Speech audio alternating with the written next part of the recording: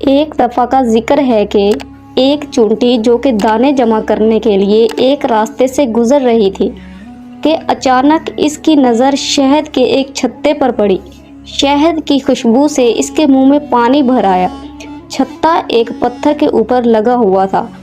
چونٹی نے ہر چند کوشش کی کہ وہ پتھر کی دیوار سے اوپر چڑھ کر چھتے تک رسائی حاصل کر سکے، مگر ناکام رہی، کیونکہ اس کے پاؤں پھسل جاتے تھے اور وہ گر پڑتی تھی۔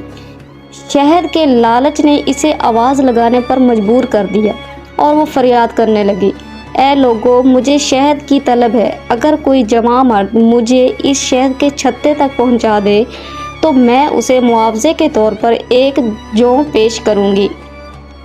ایک پردار چونٹی ہوا میں اڑ رہی تھی۔ اس نے چونٹی کی آواز سنی اور اسے تنبیہ کرنے لگی، دیکھو، ایسا نہ ہو کہ چھتے کی طرف چل دو، اس میں بڑا خطرہ ہے۔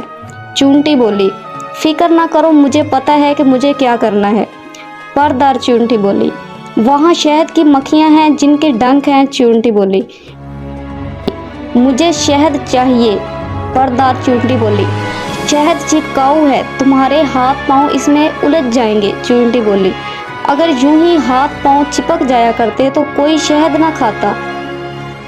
پردار چونٹی بولی، تم بہتر جانتی ہو، لیکن آؤ میری بات سنو اور شہد کا خیال چھوڑو۔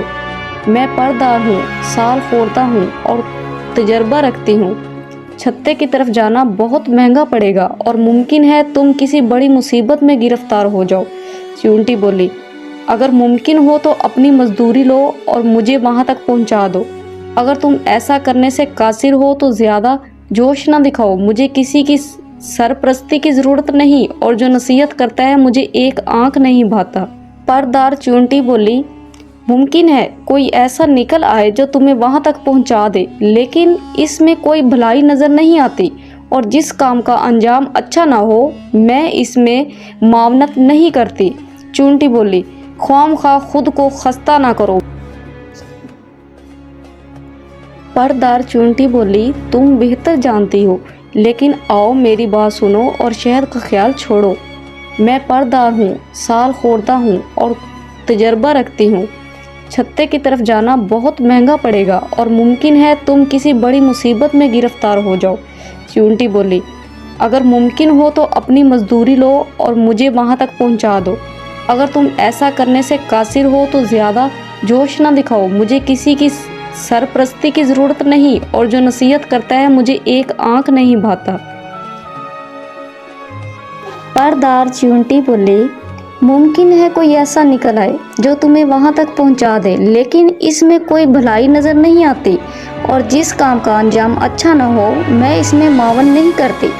چونٹی بولی، خواہ مخواہ خود کو خستہ نہ کرو، میں تو آج ہر قیمت پر چھتے تک پہنچوں گی۔ پردار چونٹی نے اپنی راہ لی اور چونٹی نے دوبارہ آواز لگائی، کوئی ہے جوان مرد جو مجھے شہد کے چھتے تک پہنچا دے اور معاوضے میں ایک جوں مجھ سے وصول کر لے۔ اچانک ایک مکھی وہاں سے گزری۔ اس نے کہا، بیچاری چونٹی، تمہیں شہد کی طلب ہے، تمہیں اس کا حق ہے، میں تمہاری آرزو بر لاتی ہوں۔ چونٹی بولی، اللہ برکت دے، خدا تمہاری عمر دراز کرے، تمہیں کہتے ہیں خیر خواہ جانور۔ مکھی نے چونٹی کو زمین سے اٹھایا اور اسے چھتے کے قریب بٹھا کر خود اڑ گئی۔ چونٹی حد درجہ مسرور تھی، کہنے لگی، واہ واہ، کیسی سعادت ہے، کیسا چھتا ہے، کیسی اچھی خوشبو آ رہی ہے، کیسا عمدہ شہد ہے، کیا مزہ ہے اس میں، اس سے بڑھ کر اور کیا خوش قسمتی ہو سکتی ہے۔ چونٹیاں کس قدر بد قسمت ہیں کہ گندم اور جوں جمع کرتی رہتی ہیں اور کسی وقت بھی اس کا رخ چھتے کے جانب نہیں ہوتا۔ چونٹی نے ادھر ادھر سے کچھ شہد چاٹا اور آگے بڑھ گئی، حتیٰ کہ شہد کے اوج میں جا پہنچی، اور اچانک اسے محسوس ہوا کہ اس کے ہاتھ پاؤں شہد سے چپک گئے ہیں۔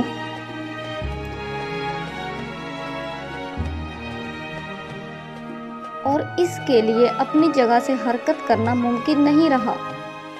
اس نے اپنی نجات کے لیے جس قدر کوشش کی بے نتیجہ رہی۔